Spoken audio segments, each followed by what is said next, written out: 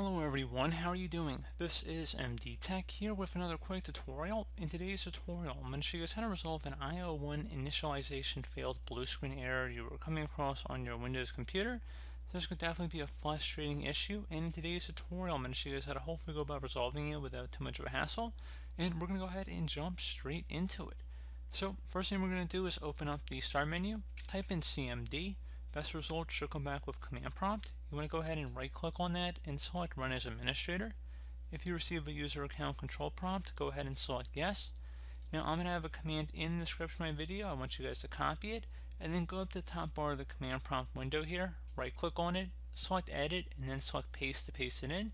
Should see the operation completed successfully.